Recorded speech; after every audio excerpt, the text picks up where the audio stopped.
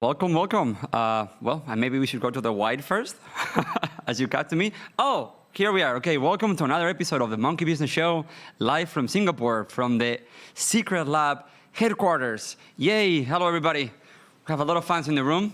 They're all very quiet. I was expecting a roar, or claps, or... A lot of easy fans, all very sad. Oh, wait, we lost as well. Well, today we don't have Johan with us. This is what happens when your games don't go your way. But we have another amazing guest for tonight, Gunnar. Let's get a big round of applause for him. What's up? All right, sit here with me, my friend. Oh, wait, are we putting him on the punishing chair or the friendly chair?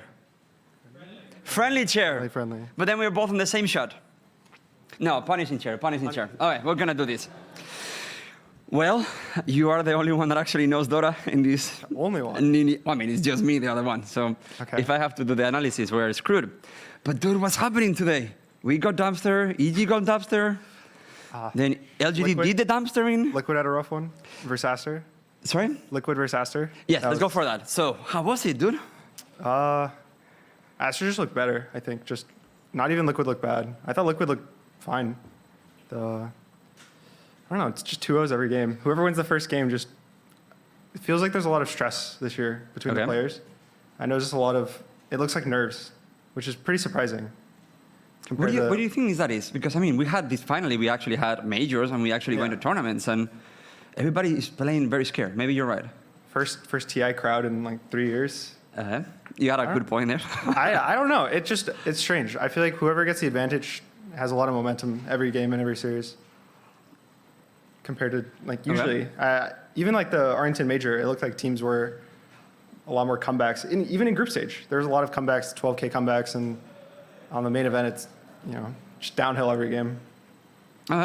Production. I think we're gonna frame him a little bit better, so he doesn't look so alone in his frame. Didn't you put me punishing chair? I did punish you in a punishing chair, and now you're being punished by the frame. Look, you're all alone in your frame. Okay, so look, I think that today, the way that we're going to frame this conversation is we're going to review some of the games, and we're going to talk about what happened with the specialist, and then we're trying to figure out why are the South American teams doing so well. So we have a guest that hopefully help us bring that insight. And we started with Liquid versus Aster. It was a 2-0 for Aster. Yes. And I think from my point of view, you were saying, well, sorry, from my point of view, I think nothing that Liquid was trying to do worked. Yeah. They had an idea, and that idea never came to fruition. They stuck with their ideas, right? They picked Shadowfiend Marcy both games, which is what worked for them in the groups. I think Mickey has 100% winner on Shadowfiend right now, before that series. Before that series. Yes. Right. And Aster they played very similar drafts in the sense where they had long-range heroes and team fight. But it felt like they just kind of held hands, and Liquid kept walking into them. I didn't get to see this game because we have to come this way. But I think, dude, how many teams are losing right now with the Marcy Shadowfiend? We got also 2-0 by them, actually, I think, with Shadowfiend and Marcy. Compared to groups, Shadowfiend's been bad at main stage. I think a lot of teams figured it out a little more in terms of outranging him or out-team fighting him. And in groups, it seemed it was more of it's a surprise, right? This hero's not picked for 2 years, and then every single game picks him for fun. Well, we do have a lot of fans here, and I think there are a lot of OG fans, and we have to talk about our series. Okay, well, game one didn't really get it started. I don't know if our idea for the game really worked, but they had a really good plan with I think the 33 hero was really good. Yeah. The Visage. I think Tundra's just feeling themselves right now. Yep. It's the same. I think right now every team that just feels really good is just winning. And if you're having kind of off day, it shows a lot right now. And I think Tundra's talked in the past about their lands. They're always like, when we play in front of a crowd, we're bad. So maybe this is the difference this year. They're slightly better on LAN. Maybe they'll win on LAN. They did really well. Yeah. I think game one, we never really had a chance, maybe from the first lanes. Game two was close at the end. I thought that throne was dead at some point. Yeah. And then the OG throne, that whole fight, I stood up, I walked away. I kept hearing them clapping. I was like, oh, I guess the game's not over. But I think that was like in a way like a little bit of like hopium. Because when they feel strong enough to just go into your tier 4s and just start hitting your throne. By then, I think by the time the BKBs came out, we couldn't do anything. It was gone. The timing was gone. Yeah, it was hard. TI is hard. Yeah. Every year it looks hard. So all my Dota knowledge is like the 2K Redditor. So please do not try to self-indulge me by saying yes when I clearly don't have any idea what I'm talking about. But this is my opinion. I think everybody plays one way online, and then by the time they come on LAN, they suddenly try to do differently. You know, the game suddenly slows down. Yeah, I think there's probably 3 types of pro players. There's scrims, Okay. where you either don't care at all, so you just do really crazy things, which sometimes is the best. Sometimes players play really well in scrims. And then there's online versus maybe sometimes group stage, depending on where that's usually online has a lot of good games, like in regional qualifiers or online tournaments. A lot of teams feel very comfortable. And then when they play on LAN in front of a crowd, that's the kind of third phase. And obviously that's the most important if you want to win, to be good at that phase. And like you mentioned, I think Tundra was an online kind of team. Online. But they came and they played so fast. I don't know I know you guys probably all better than me in Dota, but if there is an audience member there that is worse than me, they are making these drafts that are very, very strong early. And they snowball. And if you don't, they actually, normally they do the same thing. They're playing the lanes, they're very good, and then they come to your mid tower, they kill your mid tower immediately. Now you don't have any map, and you just have to run, because 9 is chasing you everywhere. They've always played in a pretty interesting way where Skeeter plays a stun carry a lot of the time. And even if he's not a stun, he can walk in. When Tundra was doing well, they would pick him Chaos Knight every game. They're picking him a lot of Wraith King. He picked Lifestealer today. These heroes that just walk at people. And he forces the map. And 3-3, he plays more Zoo. He just plays his heroes every game. He's Beastmaster, Visage, Broodmother he can play. So I feel like they just have a specialty that they just do every game. It's similar to how I see Entity right now. Where when you play versus a lot of teams, you just play Dota, and you shouldn't worry about them. When you play versus these kind of special teams, you have to draft versus them, you have to play versus them, you have to mentally be like, all right, guys, what are we doing versus 3-3? How are we beating the Brood? How are we beating the Visage? And sometimes it's hard. I think that today, obviously, the Visage did a lot of work, but I think that what drove us insane was this cow in the middle, and then the Mirana. Like, this guy is running everywhere with Lifestealer in it. I didn't expect that. I thought it was going to be something like Mirana mid. Okay. You thought they were going to put the Mirana mid? Yeah, I thought they were going to do something else with their lanes, and someone was like, oh, Spearbreaker's mid, really? And it looked interesting, but that might just be a 9 thing. Was I the only one that I was not expecting that hero to go mid? No? You guys saw it, I was like, this is definitely going mid. But actually, when I saw it like building together, then I was like, oh, it actually does work. I mean, it makes sense. It's similar to, it used to be a mid. There was that 2-week phase a year ago where everyone was freaking out about it, and it was the next big thing, and then stop having care. Yeah. Their Shaker did a lot of work as well. Like, they were just blowing heroes up. It's going up in the... That's a hero. Yeah. In the group stage, it had 33% win rate. It was bad, but... Again, the nerves. People group up a lot more. They play a little slower, like you said. Hold more hills. Playing a little closer together. So the echo slams, just all the stuns. You just need stuns, because people. It's like you're just a little delayed. You're not doing everything instantly, and he kind of preys on that. I actually think that we didn't have any stuns on game 2 ourselves. It was the PL, Oracle. Well, we have like the Primal Beast, right? Primal Beast, yeah. So that was pretty much the only thing we had. And the Marcy, which is like displacement, not really a stun. You had a Marcy too, right? It was Primal and Marcy? Yeah, it was like... We were talking about Primal, it, Marcy, we were like, Timber, Oracle, and PL. We were talking, we were like, Tundra really are feeling themselves. They're giving away Primal and Marcy. And they're like, wow, we can beat the Primal and the Marcy. Yeah, and honestly, I mean, you guys saw the game. BCM was having a massive game. He was killing everybody. But even though we were doing this, the truth is that Lifestealer was still getting their farm. We never really stopped his farm. LifeSeries looked good, actually, surprisingly, because I think all the Primal Beast, it's very nice versus that hero, and just kind of what it provides. A lot of the time, you need your carry to be able to run in right now and be a body, especially with all the Leshracs people were picking, Shadow Fiends. The mids are kind of more backline right now, so the ability to just walk in is really important right now. Literally, the ability to walk in, what a great timing for walking in. Hello. Yeah, I don't know. Obviously, we're very disappointed. It's upper bracket, right? Yeah, I mean, that is obviously it's upper bracket, but it really changed a lot of your timings because, okay, so you lose today, you play immediately tomorrow. And then you're thinking, okay, well, was my read of the game not good enough? You know, it's like the difference of what you take home that night when you're winning. You know, when you're winning, it's like, oh yeah, you know, this idea worked. We were able to outplay them. When you lose, you go home thinking, well, first, what did I did wrong? Mm-hmm. Second, what should I do different? Third, do I have time to do something different right now in the middle of a tournament while we're trying to figure out how to win? Yeah, the question's, was yours good enough and you have to adjust it, or is it wrong and you throw it out? And I think that is the danger of the Tundra kind of teams. Because you do something with them, and it might work with everybody else. But not Tundra. Not Tundra, correct. It's similar to EG, they top group stage, and they go 0-4 to SA teams. Okay. They only lost to SA teams on main stage.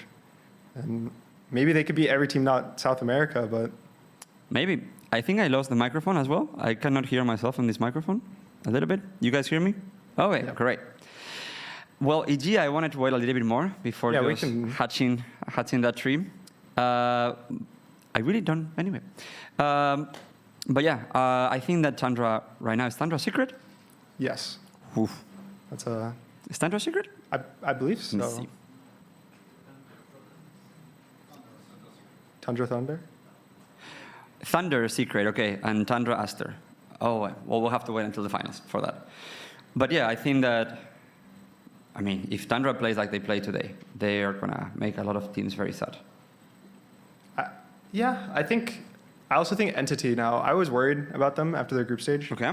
But I can see them doing a lower bracket run. After the slog fest that was last night. You think so? You think Entity is going to go for it? I mean, he's going to go for it, but do you think they actually make it? Because they look so flimsy, yeah, on the group stage. I think they have the similar chance of Tundra where their team is they do their thing. Okay. They were, I think, one of the first teams to pick Pudge very, very consistently every game. And just, I feel like the way they play around each other is a special team. Okay. I'm looking at the drafts right now and what they did. It's interesting. Yeah, Tundra and Aster, what do you think is going to happen? Because they both have their own very clinical styles of playing. I actually think that series is probably 2-1 Aster, if I had to make a prediction. 2-0? 2-1. Yeah, 2-1. Aster. I think Aster is very solid right now at just winning the game, in a sense, where they don't have to do anything special, and you're going to be the ones feeling that you're losing, and that you have to beat them, and they don't have to beat you. They just play Dota. Okay. I think Tundra is going to have to. If their early game momentum stops, I think that's kind of what will slow the team down. Okay, I want to raise of hands. Sorry, guys. Let's go for the camera 4. I want people that you can only raise your hand once. Okay, don't cheat. Who do you think Tundra will win this game? All right, not a lot of Tundra fans. Is this like momentum? One person decides to raise their hand and you guys are all convinced? Okay, and Aster? It's actually pretty 50-50, huh? Here. Good teams. Good teams. Mm-hmm. And on the Thunder, Awaken, and Secret? Okay, Secret? Okay, this is a little bit more convinced. There is a lack of South American believers here. Oh, or the Secret is very strong. And Thunder, anybody? Cool. Well, I actually had Secret for me going all the way through, but I didn't have Thunder there. Yeah, I have a theory about Secret and the hair. The hair's the big thing right now. We're talking for the hair already? Yeah. Oh, go for it. All right. What do you think about the hair? So Thompson was very short hair at TI8 when he won. Okay. TI9, he had long hair. They won. I don't think he cut his hair, right? I believe I heard that. He did not cut hair between TI8 and TI9. I don't know if that's true. I don't know. But let's just say he had longer hair. And the TI10, Yotaro goes bald, wins TI10. So this year, maybe it's long hair again. Okay. And it's just a bait. The ball's just a bait. It has nothing to do with any of the teams right now. And then I'll ask you, how does your color change hair has affected your career? You went from pink to blue, and then I was hoping that the natural hair would be this year, but unfortunately, blonde and natural doesn't seem to have much of a change. But Secret there, Carrie, he has long hair. All the way. Secret calling it now TI winners. Okay. If it fucking works, next year the salon, the Gunner salon. Next year's the bald year. Everyone's gonna be bald next year. If it's true. If Secret wins, 100 bald players in the 100 bald players. Can you imagine like shaving your head and then losing? Yeah. I mean, you cannot tell that this kid is not trying. Yeah. You cannot tell that he's not. He wants to win so much. He always wanted to win so much. Yeah, everyone. There's how many? I think there's like 5 players now that have shaved their heads and/or coaches. So. And Boom is still there. Yeah. So, hey, look who we have. Hello. Please bring another round of applause from the specialist.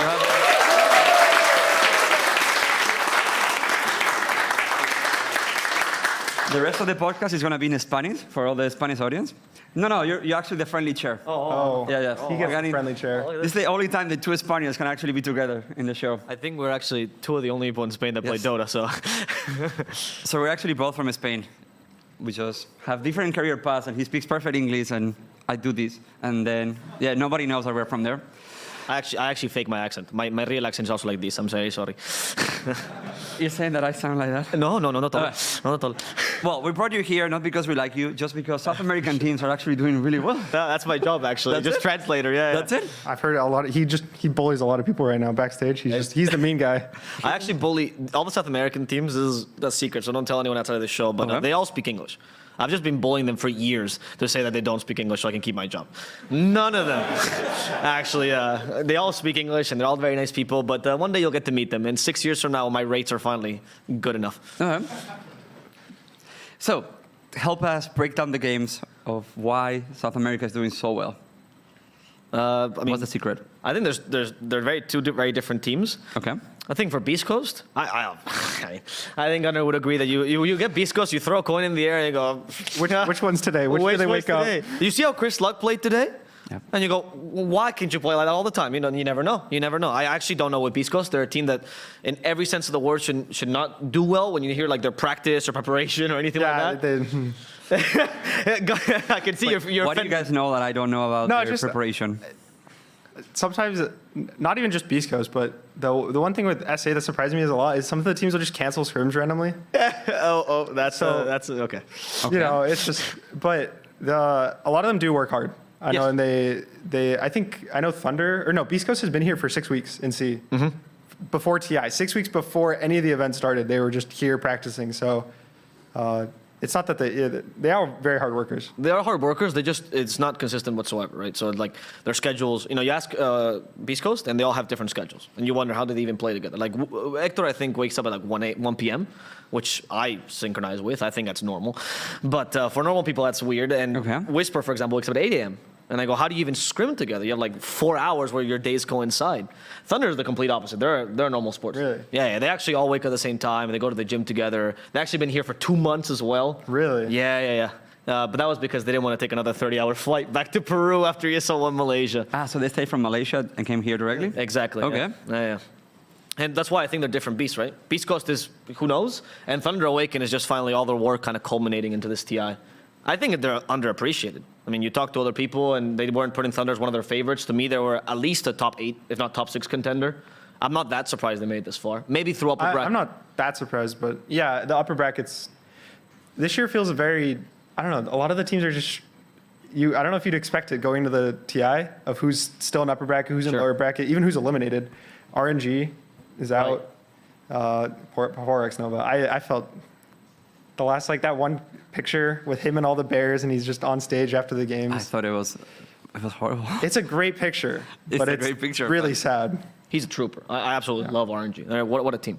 I'm so sad that they're gone, actually. I was kind of rooting for them to go a little farther. I was hoping that if they made it far enough that they would be able to be all on stage as 5, but. So bringing you back to the game today was Beast Coast versus Evil Geniuses.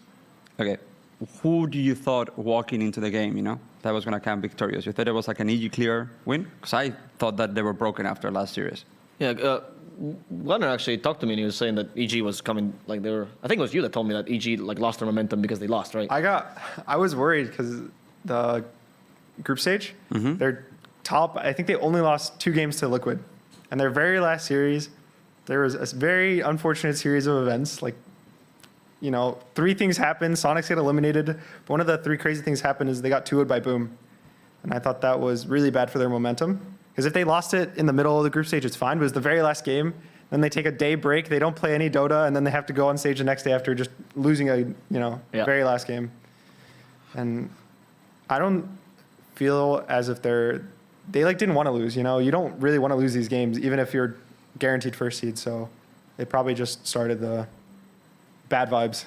Yeah, I based on that theory. And the case with Beast Coast, they don't know what upper bracket means. So, I mean, they've always started lower bracket at this point. They're used to it. Best of 1 Kings. Yeah, actually, right? Yeah. Do you thought that EG got to pick their heroes today? Or do you thought that there was like a draft problem or how they were playing? It was like a motivation? I think it was probably draft today. I think I had Beast Coast at night drafts. Like Naga pick was really nice. Yep. That second draft was odd from EG, particularly. Yeah. Even their first series, they kind of, it felt like they were off. Just the way they picked the heroes and the way that the heroes even just, sometimes you have draft issues, but they're fine because you make the draft work because you know how you're going to make the draft work and the heroes work together. But then when the draft's bad and you don't know what your plan was with the draft, then it looks really bad. And I feel like it was probably a mixture of both where maybe they have an idea going in the draft, but in the game it's a mixed bag. So my question for you is also, how much of what Beast Coast was doing to them was the one that disabled them? Because the offlane, Whisper got his Mars, and he was so farm. He was so farm on game 1. You couldn't do anything. He was just jumping at people. Yeah, I mean, even if you didn't watch the best of 1, he had 7 kills in 6 minutes, I think. Batrider, right? As Batrider. Yeah. And I think going into that game, Batrider had 0% win rate at this TI, if I'm not mistaken. They pick him best of 1 elimination. He gets 7 kills. Today, he just picks Mars. I sat down because I missed 10 minutes of the game. It's like 27 minutes in the game, 28 minutes. And I'm like, what's in his inventory? And I just see BKB Blink Refresher on Mars at 28 minutes. And I was like, something went wrong here, guys. This is not normal. He's incredible. I think, for me, he's might be, I'm going to say this, I think he's the best South American player. He's incredible. I think that's fair to say. Yeah, I mean, Pakas is trying to really rival that title. Yeah, but I think Pakas has like a more flashy role as well because he's the carry, so he gets a little bit of the spotlight. A lot of people are working for him. But this guy has been dumpstering people on the offlane for a few years already. Yeah? This is not one. Like, a lot of their success, I think, comes from him. Yep. He is I think his mentality is amazing. There's 2 traits about him that I like a lot. First of all, is he has no hobbies. Like I remember. It's great. Okay. I love it when they just do nothing but play Dota all day. Exactly. They're such good people. I don't have to talk to them about anything. No small talk. Just, oh, what'd you do? I played pubs. Were they good? Yeah. That's okay. it. That's Whisper. I mean, I actually interviewed him the first time. I'm like, what do you do when you're not playing Dota? He goes, sleep. All right. His dating profile has to be fantastic. Yeah. Hobbies. Dota, sleep. That's it. It's a great hobby. But on top of that, he's a very he hates to lose, but not like a sore loser kind of way. But like he's always trying to win.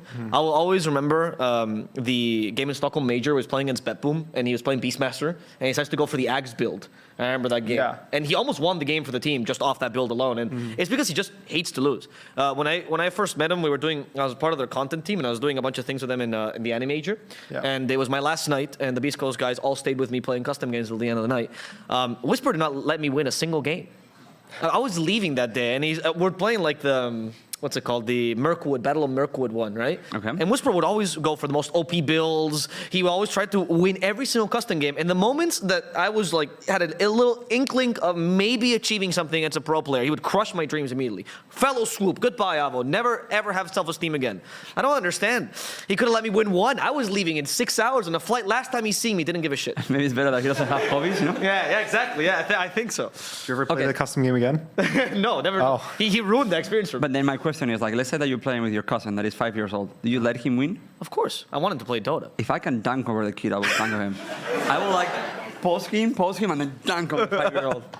Because I want him to really feel that he actually, when he beats me, he deserved it. That day of okay, yeah, I finally beat him, you know?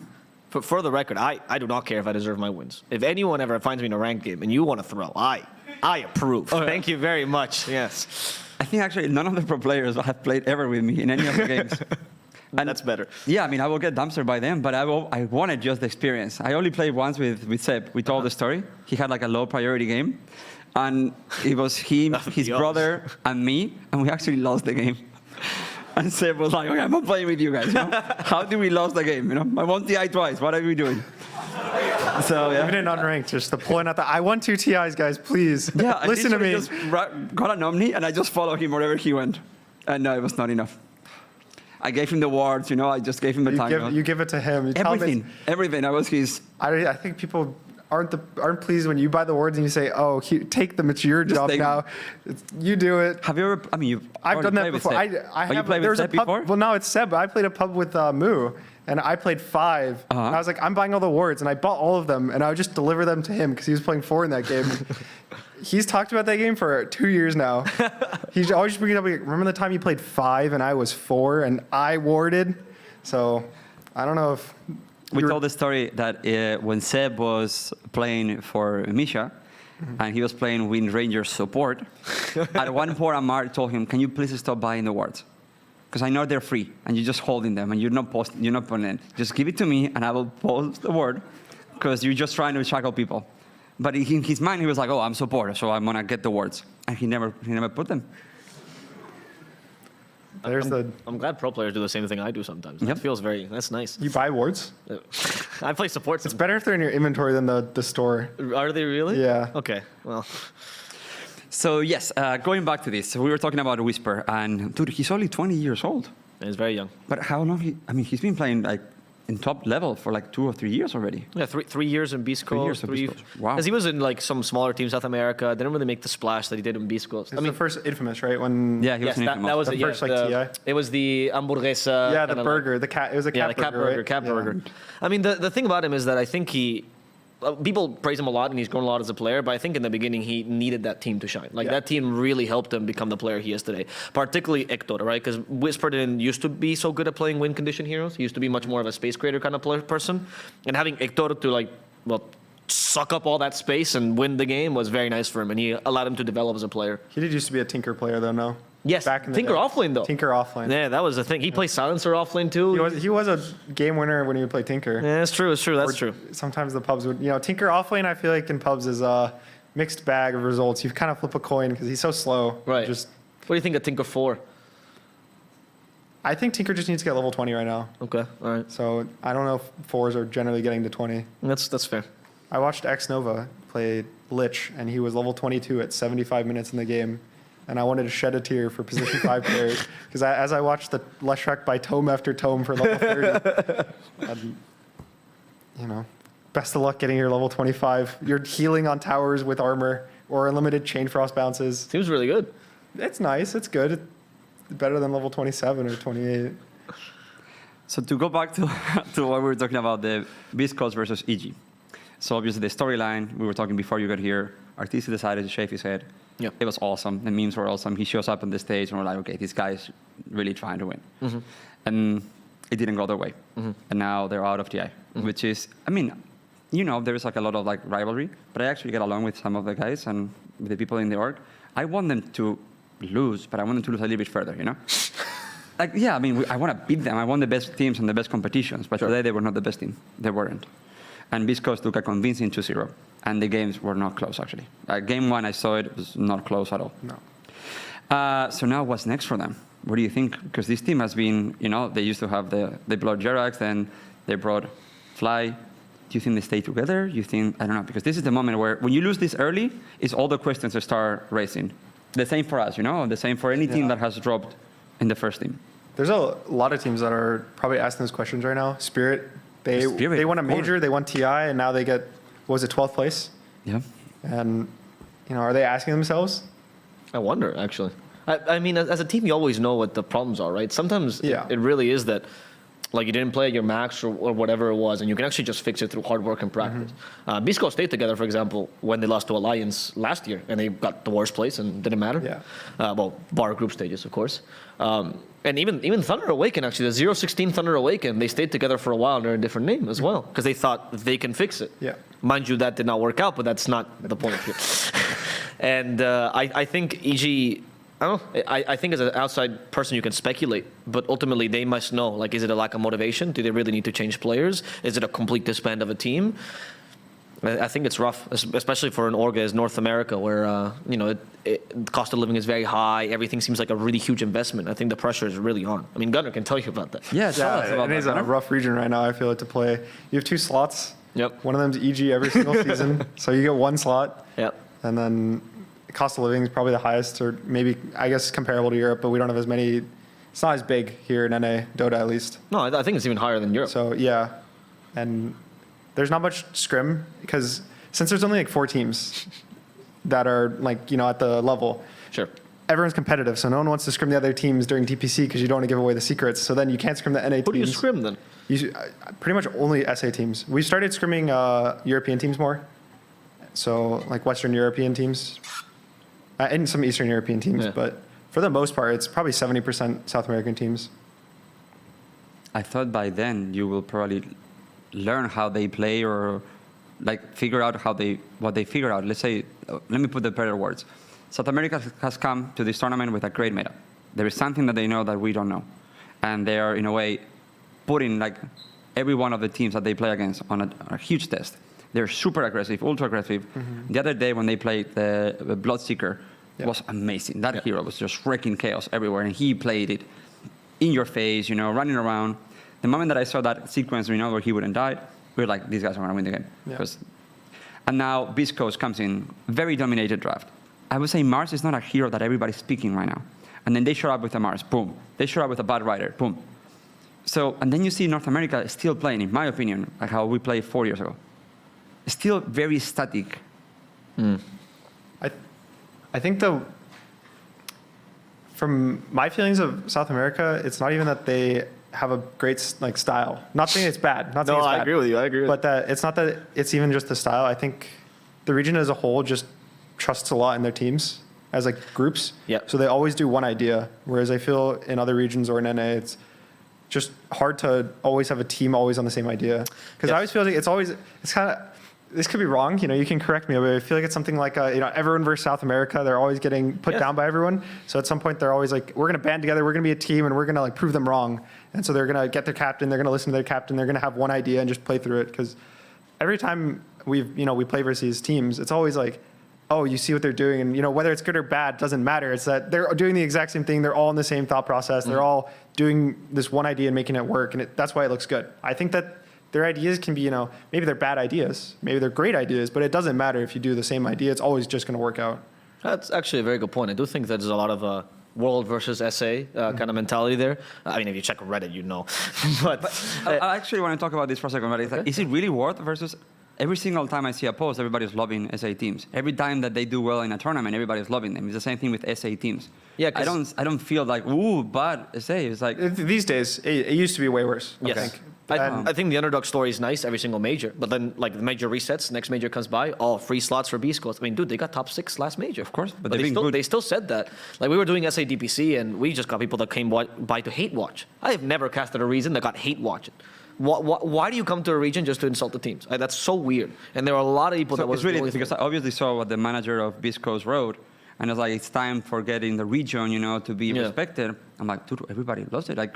So I'm glad that you guys are bringing this perspective because I think maybe from the European throne, we love everybody because we think that we're ahead of everybody, and we just really want the competition. The only people that we shit on is normally NA.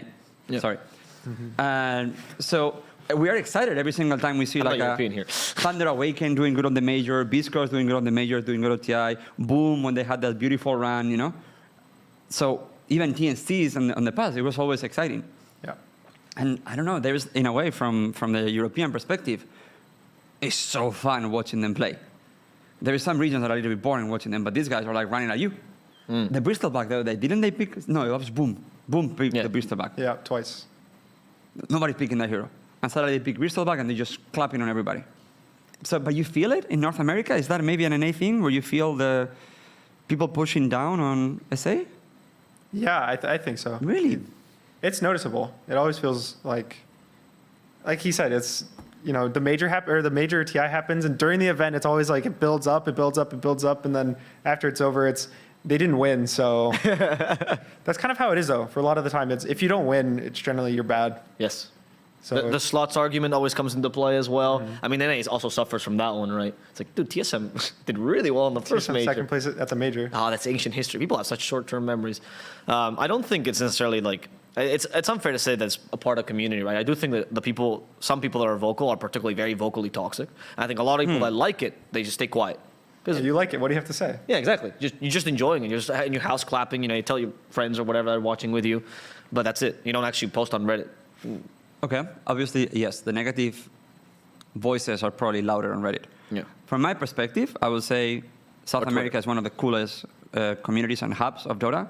They're so passionate about the game. So having good teams really, in a way, gives other people more reasons to invest in the region, because you think you're going to get results, which also means that the region can elevate, which means that hopefully we have a big tournament next year.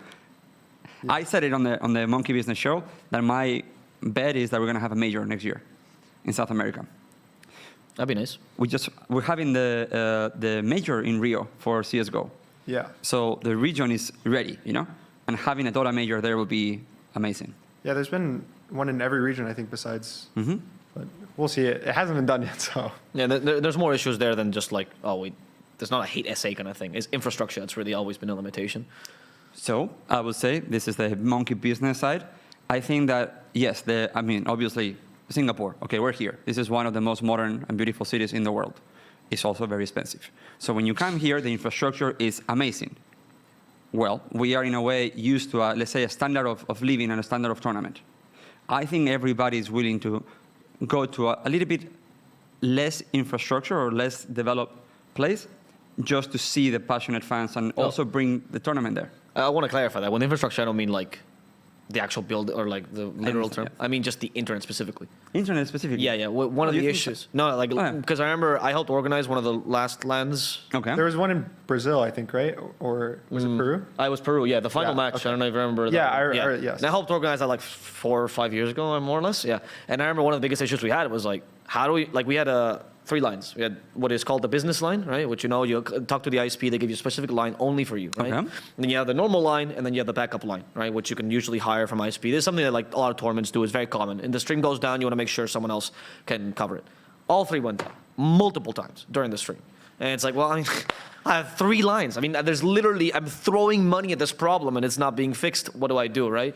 So that's been one of the issues that I think SA has suffered with the most. And it's hard to fix because it's not about quality of life or whatever. It's just you literally don't have a stream. And that's the thing that's, when that gets figured out, or if that gets figured out, then that's golden. I think SA at one point will get it for sure. But that's the one obstacle. We did like an event, Johan did an event on Lima. Lima Games Week. It was awesome. It was awesome. He came back and he was telling me like, dude, how do we do more things in Peru? Like that was his feedback. He was like, how do we do more things? Because this is amazing. They're so passionate about Dota. And I can also see it because, they still have the LAN cafe kind of culture, which is in a way how we all started in Europe playing it. And they still have it there. For me, Dota right now is a little bit more like a solo experience. Yes. Alone. I play Dota alone and in my room. But I used to go to play with people. Why are you laughing? I'm sorry. It's just I'm just alone. That's what I do too. Yeah. I'm alone. There is no social element of it. But if you go there and you play with Dota and you get to like make fun of them and just talk about them, then it becomes a social element. I do miss a little bit of the social element because I haven't been in a LAN cafe. I saw one yesterday and I went around with the phone and they were all playing Valorant and I was very sad. But anyway. Overwatch is the big one right now. Overwatch 2? Yeah. Overwatch 2? That's the LAN cafe game right now. Yeah, sure, because all Dota players are a little bit older. I don't know for LAN cafe age, but in Peru they're young, right? So it's pretty wonderful. Yeah, you see actually some of the players when they have LAN cafe culture, like Zayats from Secret, when he gets a big stun or whatever, he shouts. He like stands up and he shouts at the enemy team like they're hearing him. He's like, dude, you're in LAN. Like, you don't have to do that. But he tries to intimidate them. I thought that was amazing. I want to see that every single time. They were preparing the True Sight for that, the little clip of the True Sight, to see if they can show every time Zayat shouts every single time when he gets a good stun. Okay, so we're talking about this. Well, you guys, some of you might know that I said a few weeks ago that I've heard that True Sight was not being done. Well, True Sight is being done. We don't know what format. But it's not. I meant the True Sight replay. Sorry, in the stream. I don't want to reveal anything. No. So I was told that I am allowed to say that True Sight is being done, but I was not told in which format. I'm scared for a second. No leakerino. I run it by them. True Sight is being done, and they didn't tell me in which format. But I think what I was told is that they're rethinking of how to do it, and they have a new idea. Yeah. So we see them there. So I don't think it's a secret. I've seen the guys with the cameras around people. And you see the replays, right? That's the true sight replay that they're doing this year, Yeah. where you can see the team comms. Those are interesting, but I think it's also hard to do in Dota, just because Why? in the team fights, there's not much that. It's a lot less boring than you would think it would be, the comms during team fights. Yeah. And then trying to get a out of context clip and you just kind of show it. I just feel like it can be hard to get good, like fast ones. But Yep. They were telling me today the Beast Coast team fights are very entertaining. oh, Yeah, I mean they actually do a series on They actually. cheer goal. oh, I've actually watched those videos. Yeah, you Once watch. they put like translation in the Yes. videos. And Beast Coast is a fun team to listen to. It's a fun team. They do a hot mic on Beast Coast, and Thunder does a chill mic because they're much more chill and they're actual normal comms. Beast Coast, you think, are they playing competitive games? Because they're just laughing at each other. It's very, very entertaining. And apparently they do this in TI too. Yeah, I mean, I think one of the best things for Dota teams or players is try to play in all situations the same way. Yeah. Play like in your pubs, your scrims, your officials. Just try to play it. Don't think it's not different, right? It's the same game. Nothing changes. So if you can play the same way, no matter where you are, the international, you're at a major, you're at a LAN cafe, it's good practice. So we have now a few questions from the audience. We have a segment where we ask you guys, hopefully the specialists on these topics, to segment. I don't think it's a very good. What's your MMR? I don't want to say it. No, we have to say it out. It's not necessary. That's, What if I ask you as a friend? As a friend, what is Please, this? please. I'm 4K. I'm 4K. Okay. So when I talk to Johan, he asks me sometimes when I'm about to mention something about Dota, what's your MMR? That means I don't think you're qualified to say what you're about to say. And I say am not 4K, and he qualified. said, I'm definitely not qualified. I speak for a living though, so I can make it sound like I am qualified. okay, well, let's go for the question. Hello, friend. What's your name? Hi guys, I'm Theo. From what I was hearing, like, it looks really open this year. So who do you think is going to lift the ages this year? And do you think a South American team can do it? Well, I was going to say if you want to leave the ages, there's one there. So we don't have to limit it to South American. I'm not talking about this one, the real one. The other one. Oh, the one in the Yeah. crowd. I would say Secret right now. Secret. But I don't think it's far-fetched at any of the teams. I think this year I think Dota is getting more and more closer to all the teams are similar. That it's an upset, but you're not like, wow, I never could have seen that coming. Yeah, true. And even the players, I think a lot of the time, even when we talk about the roster swaps earlier, I think it's not as much of, 4 or 5 years ago where it's like you switch this player for this player, wow, 10 out of 10 upgrade, your team's instantly better. I think a lot of it's now just chemistry and having a good team as a whole rather than just getting the best players. I don't think it's South America's year yet. I also would say Secret, but my heart wants it to be a Chinese team this year. I think they deserve it. I think that would be nice. And LGD. LGD, or I would take Aster at this point. Aster is looking pretty good too, so I would say Aster. Well, I have to say, for legal reasons, I have to say us. And I can tell you who the finalist is. The finalist, I think Secret. I think an OG Secret finals would be like Real Madrid and Barcelona. Mm-hmm. And it would be amazing. Has there been an OG Secret finals? No. Yeah. I mean, we have been for majors and for like ESL things. Yeah. Right? Yeah. But yeah. By the way, also, where is the Theo, the person that was here, camera 4?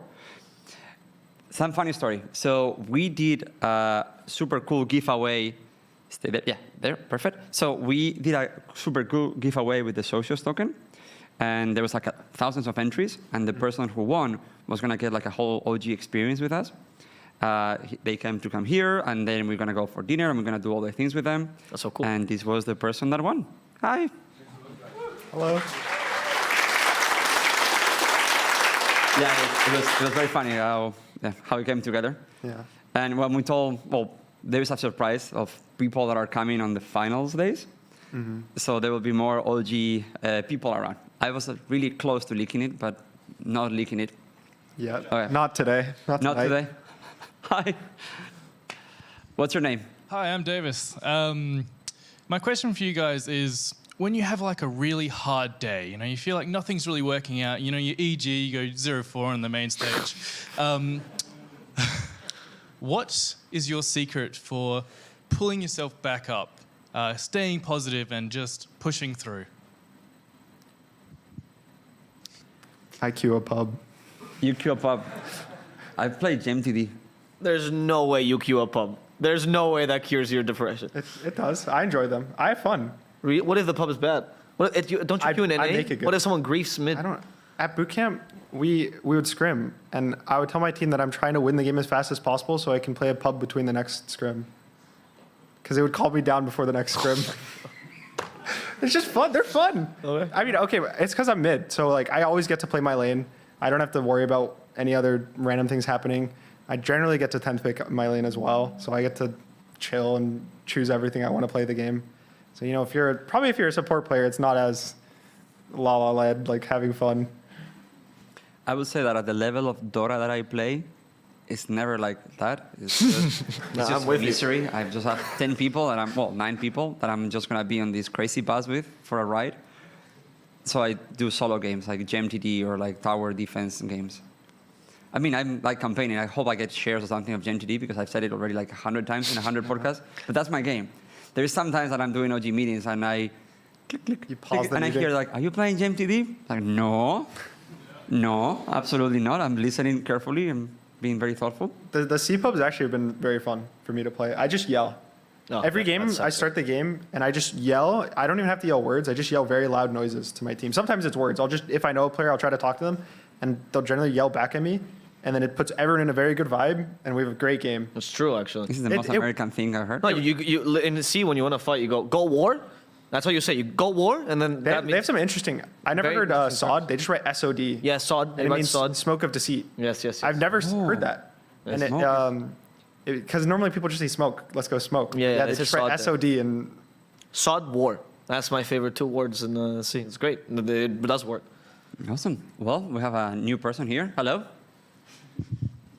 Hi, I'm Great OG. T-shirt, by the way. Thank you very much. So Gunnar, you're someone who plays a lot of unusual mid heroes, and I know that mid Tusk is one that you've played a lot. I was wondering what your thoughts were on Nine playing it a lot for Tundra and having a lot of success for it. And then I suppose for all of you, is there any heroes that don't typically get played in the mid lane role? Would you like to see them there? I was a little worried that game actually because of how his lane was going. It looked kind of bad. He was down 2,000 gold to the Ember, but I think what Tusk provides as a hero, I think is crazy. The amount of just different things that he can do with all his spells. And even right now, I think it's undervalued just as a 4. I think where people pick Clock a lot, they can just pick Tusk in these drafts, and he can be equal or better to the hero. But I just like him because he's fun. I think he's really good and really fun, and it's also, he has the thing where each of his spells have ways you can use them that you change every time. They're not very static spells. Like going up and down cliffs, using kick wall and snowball. You can. I think you can even punch during the snowball while it's ending, so you can use it while silenced. There's all these small interactions that you can do. It just makes it fun. I am a particular fan of the inch mid. I know Thompson tried it in the LCQs. Yeah, I understand because you're NA, right? They were trying to inch carry in your region for a while. Yeah. I actually think it's very strong, especially with the change now without the small camps, right? Because that's one of the struggling things. Like the small camp do nothing for you because you can't really farm them, and if you take a creep from small camp, it's whatever. But you farm the lane really fast. You bully pretty hard, and I mean Thompson kind of showed it, right? You just need to play a little bit of a slower game, I would say, because she's not that good at rotating, but she can be very good for the slower teams, especially with a carry that's a little bit more. Who was it that played the DP carry yesterday? Matu, yeah. For example, these kind of carries are like a little bit more active and they can play like this kind of 1.5 role. Yeah, and Schmidt can work. I think right now, like the meta, not the full meta, because I think there's a lot of different ways they play, but one of the strategies people do right now is their mid is pretty much their carry. Exactly. It's effectively their carry. They pick Shadow Fiend, they pick Lina, they pick Lesh, they pick Sniper. It's true. Not Ench. Right, because that's the better engine. Yeah, it's true. And the safe lanes end up being these tanky heroes. Even Lone Druid works, even though he's kind of a carry. The way he plays, Pudge, Chaos Knight, these Bloodseeker, the 1.5s as you said.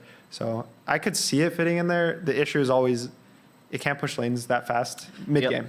Like you're having to show on the lane for 5-6 seconds. You have to hit every creep individually. So I think for me, I still miss like the Alchemist mid. We saw it once. yeah, And it was, I think we might see that. Yeah. And Thunder plays it. Dark Mago. Yes, Dark Mago He, plays. he plays Alchemist mid a lot. They played it in groups, I I believe. think so. I think once. At least once. Yeah. I believe I saw it. and he looked really good. They crushed that game. Yes. So I would not be surprised to see Alchemist mid. It's the only guys that I've seen playing. Yeah, he's the only one who still plays it. But I think the concept of the hero makes so much sense. So Yeah. you're there, you're static, nobody can come to you. You're pretty hard to gank after level 6, and then you just like they can push you out. And dude, he like I think he had like something like crazy at like level at mini 15. He was like 3K ahead everybody else. Yeah. I think the biggest issue is just the thing that made him better or worse last patch was the small camp, because if he would stack the small camp and just get really, really fat. But now that people are picking just right clicker mids, you can just sit there and press acid spray and just farm. Yeah. And my other dark horse is, remember when Thompson used to play Earth Spirit? Earthshaker? No, Earth Spirit for mid. Yeah. I think that hero by concept is super. It still works, but it's just super nerfed. Yeah, the hero has been nerfed a lot. They also, I used to play that. And they made the roll not go through BKB. It used to damage through BKB, Okay. but they changed that. And that was actually really big for the mid because it let you keep doing, it does a lot of damage. It does 300 damage or so mid game because it scales in your strength now as well. Mm-hmm. So it used to have this really nice kind of anti-BKB timing. So I think the hero's not bad. It has its place, but generally it gets outshined by like, you can just pick Pango where you pick Earth Spirit. Oh, okay. He'll have a way more stable lane. He also rolls in, but he's BKB'd while he rolls in. He does more damage. So, because I can see how it can work with some of the other compositions that we talked about. So if you have a lot of really damaged dealers, like you're right, it's probably the Pango. So if they ban your Pango, do you the same thing with that? Mm-hmm. It's just get in the middle and disrupt the fight. Just get in there, right? Correct, and just be fat in the middle. I think if there was one mid, it would probably. I think right now Silencer mid could be cool.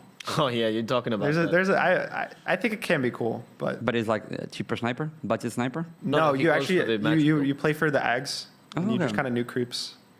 But it's the hardest part with the hero is just slow. Yep. Movement speed wise. Anytime it's a very slow mid movement speed, you can't really play it mid just because you have a lot of you have to have presence on the map. You have to walk around, go to your side lanes, do things. So when you're just slow, you can't really do that as a mid. Feels like SF is also similar in concept to what you're supposed to do of like nuking early and then eventually you scale. You go to right click, but Exactly. he has 300 and something, Yeah. 20 movement speed. He's a fast hero. Yeah. So just better. So before we go to the last question for a second, I want to know, do you saw Thompson playing the Oracle mid with the I with did Axe? see that with Ags Rush, yes. Okay, what was because if Thompson is doing it, it's because I know he's tested it and he believes that there's something going on here. What did not work on that game? I don't remember the specifics of that game, but I think the logic is it's just a save, but it does a lot of damage. And it means that I think it's similar to IO carry, where you just hit your Ags timing and you walk as 5 and you end the game and they can't fight you, where it's just a bunch of damage. It's not technically damage reduction, it's healing amp and healing reduction for the enemy. So it's pretty much just, it changes the amount of health you guys have. It's an offset. It's pretty much just a Wraith Pact. Yeah, you combine that with another Wraith Pact, Yep. it's pretty much like a 50% health difference between both teams. And so I think the biggest issue is it doesn't push lanes that fast. And so if they make it so you're not 5v5ing constantly on the mid lane, then it starts to fall And it off. falls apart. Okay. Good. Hello. Hi, What's your I'm name? Air from the Philippines. Awesome. So my question is, so today, most of the games did really a 2-0. Do you have any predictions tomorrow as to which teams might do a 2-1 or a 2-0? Okay, let's see. Games for tomorrow. Let me go to the schedule. Unofficial source schedule, of course. So we start with OG versus Gaming Gladiators, game 1. What do you think? And why is it? Am I legally obliged to say 2-0? You don't have to. Okay. You can say 2-1.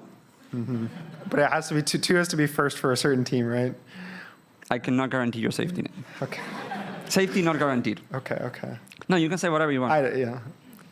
as long as we win. You know? I think, I do actually think 2-0 OG. There you go.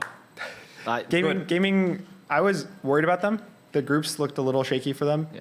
And even the game they played versus Looked a little shaky. Yeah, I thought they lost that game Yep. multiple times, Yep. but Boom had a really nice game on Storm Spirit with the Ags. Kind of clutched it up. He got a 4-man pull into a 3-man pull was and 2 defenses in a row. Oh, what a game! And that so it's one of those games where it on one side it gives you confidence. You win this impossible game. You're like, oh, we're such a good team, guys. We Yeah. own confidence in all your players. Some guy like carries you. Like, this guy's gonna keep carrying me. We're gonna do so good. But on the other hand, it's, on the back of your head, you're like, oh, why were we in that position? Yep. Are we gonna be able to do that miracle again the next game when we're in that position again? So I'm not doubting them, but I can see OG just winning the game. I disagree a bit. I do think it's OG favored, not contractually obliged. I actually do think that, but I do think I'm it's. driving him home. I do think it's a 2-1 though. So it was really weird because after Gaming Gladiators, I was supposed to do an interview, Spanish stream with Celery, but my camera never came by. So I just chatted to him for like 15 minutes, which was nice. And I was surprised by, I mean, Celery's very young. He doesn't seem like it, but I think he's like 22, 23, which is quite young for a support 5, right? Leading a team, being captain. And he was not shaken by it at all. He was actually quite calm. He was telling me the team was actually surprisingly calm. They already beat the nerves of LAN because they already played Stockholm. He was telling me this was the same as a major. I was like, I'm not sure about that. But it's a little bigger. I think they've.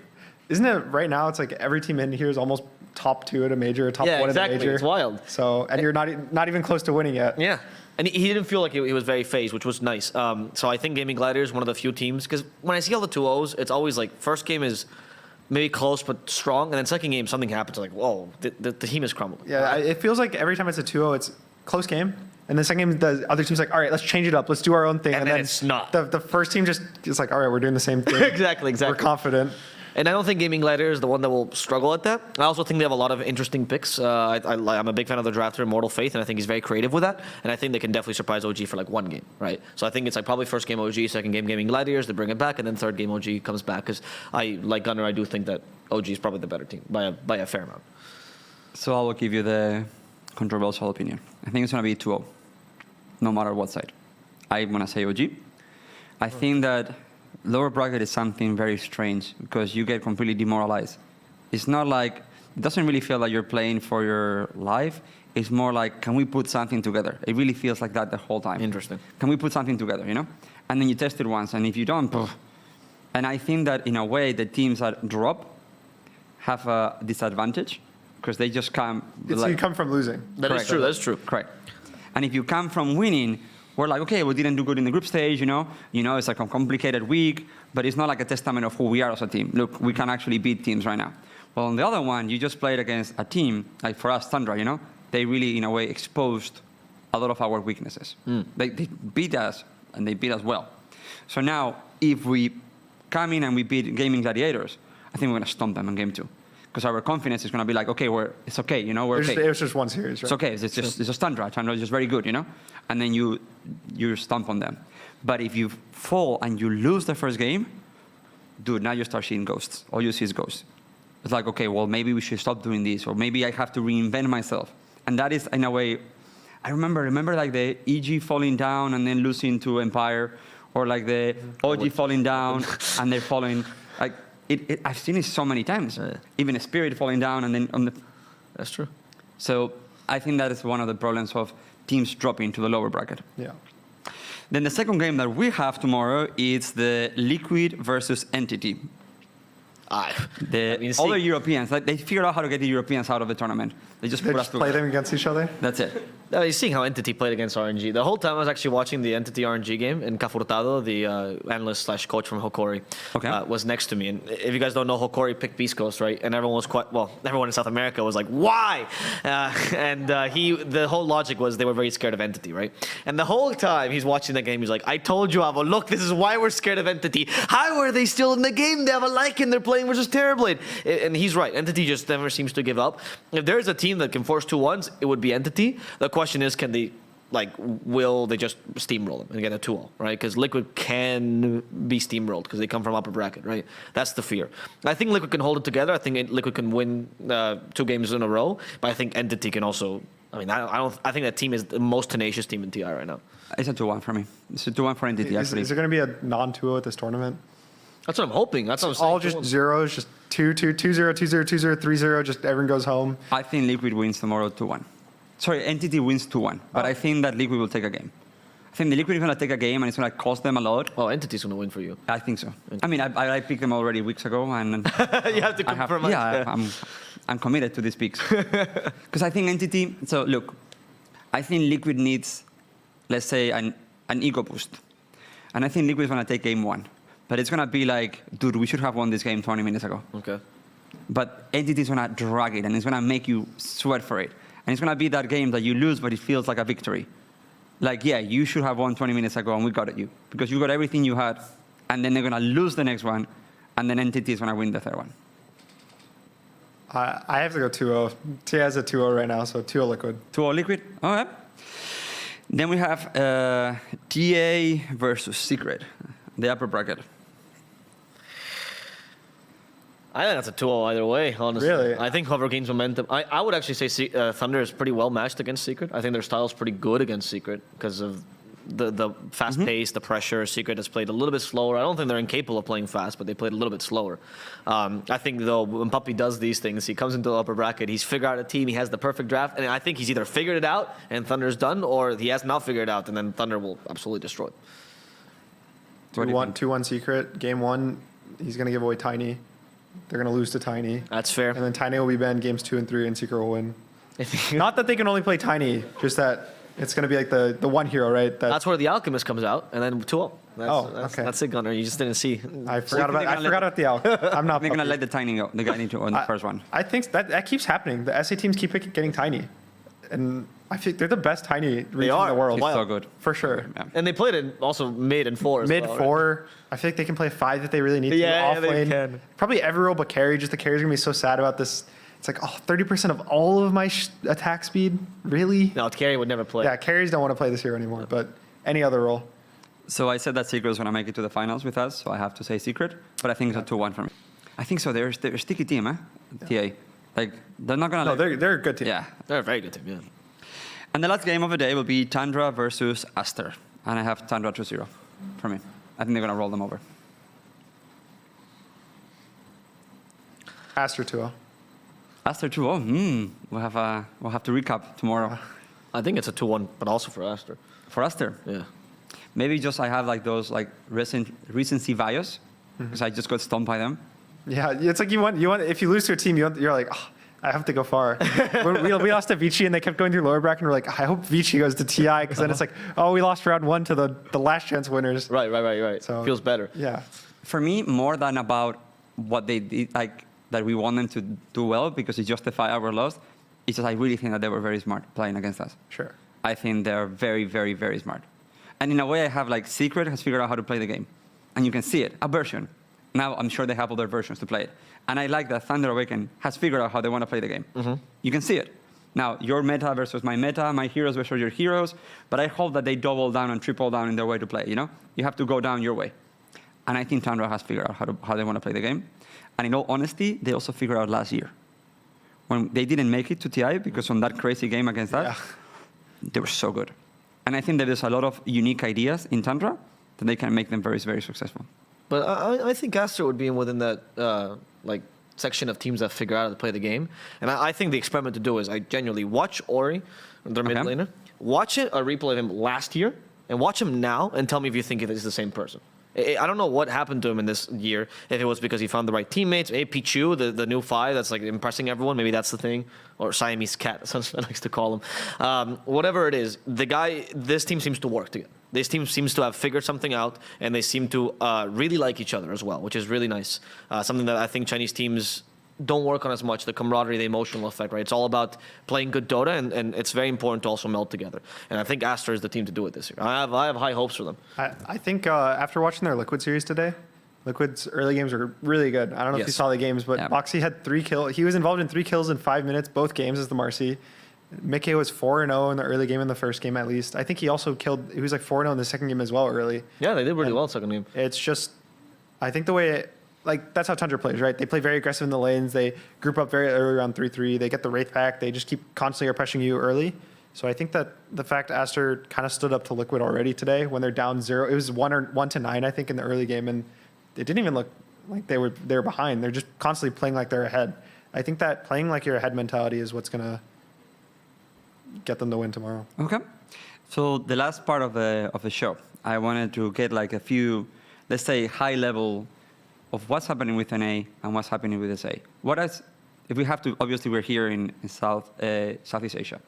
We are in a way celebrating, hopefully, the teams that were here, but now these other regions are drastically changing. North America is in a way performing less this year, but South America is overperforming. But you guys are obviously, those are the 2 regions. So what's going on?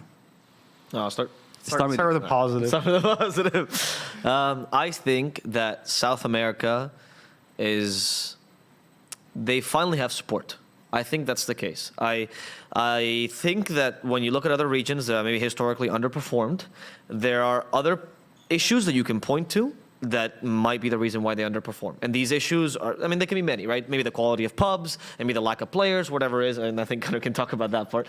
But in the case of SA, you look at them and there's no core issues, right? I mean, the pubs are not the greatest, but whose pubs are? But they have enough players. They're the only region that keeps growing. I know Dota's growing in general, but Peru has never lost players. They actually have kept growing all throughout. They have great culture. They have language synergy, which is often overlooked, but that's why a lot of EU teams also did so well, right? That's why their team fights are so beautiful. And you go, well, why are they doing so badly? And the reason I can give you, because I've been working in the region for so long, is zero support. For years, there was no slot. Right? There was no slot for South America. They competed with North American teams, which also had a lot more support. Literally no money. Sponsorships as well were few and far in between, right? And slowly, little by little, these things have started to come by. I mean, Hokori, which is one of the South American teams, is still the only team in the tournament without a coach. How is this possible? They don't even have a manager. Their CEO is their manager. And it's not because they're a stack. They're actually a well-known org, even that they're new. It's just that these teams, it's harder for these things to happen. Thunder Awaken, on the other hand, coach, psychological coach, just a psych in general, psychologist they all talk to every week, in addition to a manager, a cook, like they have all the facilities. Same with Beast Coast. They have 2 coaches. We're starting to see what support matters. Stormer said in an interview this year, he could not imagine how it feels like to play in a team without a coach now, that he's playing with a coach. And I think that we're starting to see why South America struggled for so long. They had no resources. And now with the right resources, players are finally starting to shine. Awesome. And also the like cable, right, from South America to Europe. That's a huge thing. They actually play pubs in Europe now, which is a huge Really? thing. Yeah, a lot of the South American players have been in Europe, which is also why the NA pubs have gone a little downhill.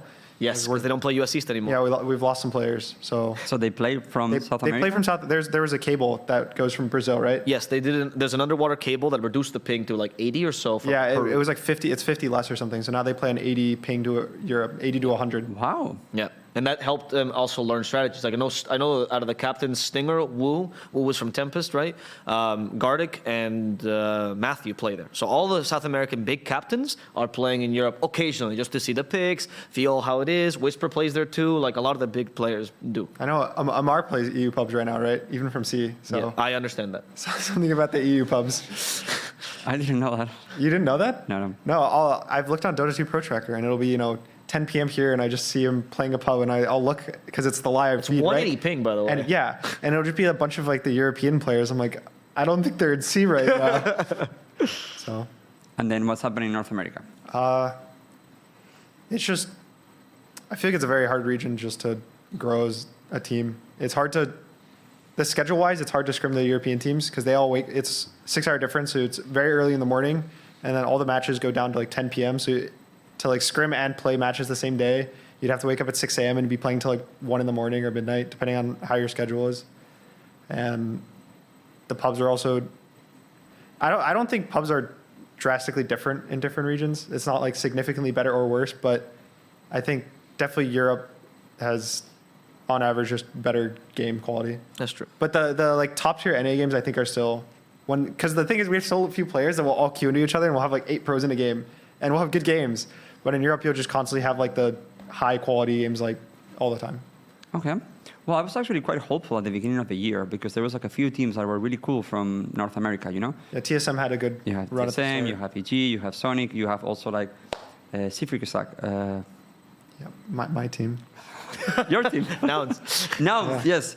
And you guys were like playing really well and you had like all the way to run. So I was like, oh, it's really cool. Now you have like 4 good teams in North America. And then I think it's just like in TSM didn't perform in this one. And then Sonic didn't perform in this one. And now maybe we're all thinking, oh, well, these guys are all bad. But I don't know. I was actually hopeful. I think it's hard to say. It's probably some mental. I think the mental in NA is probably the worst part of the region. I think probably as players, you could say they're better or worse than other regions, and that's, that's opinions. I could be biased, you could be biased, and it doesn't really matter, but I think it's a lot of just the mental, how they play as a team mentally, right? Like how I said SA, where they just all have one idea. I think NA has a lot of kind of strong ideas that sometimes don't click as well. Don't you think there's a bit of an issue, like for NA, more than the issue of like, can the top level teams perform, which Yeah. I think I don't think it's a question of Yeah. whether they can or can't. 'Cause they can. Because they've showed. EG Exactly. top of the groups, TSM second place. It's not like the teams are just strictly bad. But the question, I think the issue with NA, or the real issue would be more like, what's the up and coming? Like, what's the tier 2 teams that are coming? Yeah, I think the drop off is definitely Right. somewhat of a cliff. Yeah, and that I think is one of the issues with a real issue with NA. That it's not just. Yeah, I think like if you go to Div 2 in Europe, you have to be good to win Div 2. Look It's at C as well. Div 2 C. Yeah, is super healthy. I think C actually is the best Div 2 I of agree, any yeah. region. Even I think they're actually better than Europe. Not that Europe's bad, but just They're super competitive. Yeah. They have very high level skill. Yeah, I and agree. so it's way more different because to like even just be able to practice versus the good teams, you have to be really good and you have to work very hard Yep. just to be in this area. And in NA, I think just the difference between Div 2 and Div 1, and even some of the Div 1 teams is just, there's a lot of teams that just go 0-14. Doesn't happen that much to many teams. Some teams it happens to, but I think it's the region that does a swap the most, right? Where like Yeah. two Div 2 teams come up and then they it's go like the immediately down. I feel like it's always sucks with the current is to be the 7th or the 8th best team in the region, because then you're constantly having to go. You lose Div 1, you go to Div 2, you win Div 2, you go back to Div 1, and you're just constantly flipping back and forth. Yeah. 6th place is probably you're like, I'm safe. Yeah, that's I why get to stay in Div 1. Arkosh is a saving grace, right? Because they go to Div 1 and they And then they go to Div 2, and then they drop out of Div 2, and then they don't have a slot in DPC. Yeah. Exactly. So they don't have to worry about playing in Div 1 next season. Because they think open qualifiers are content. That's what they do. Yeah. Right? Yeah. Well, this is going to be it for today's show. I hope you guys all enjoyed it. Thank you so much, my friends, for coming here. We'll keep following South America. I am for the European, Americans. by the way. I just want to point I know, out. he's European, Win- but he's the South American specialist for this week. They'll win for America's. America. Yeah, just combine them. So Yeah, this is the funniest thing. I'm sorry. We'll close with this. Oh no, South America! Wait, they're winning. We're the NASA. same We play the region. same pubs. We Yeah. scrim together tournaments. I see how it works. Go back to the Same server, same server. Yeah, same server. US East. Yeah. And America's East. Well, that will be it for the show. Thank you so much, everybody, for joining. Clap for everybody. See you guys tomorrow.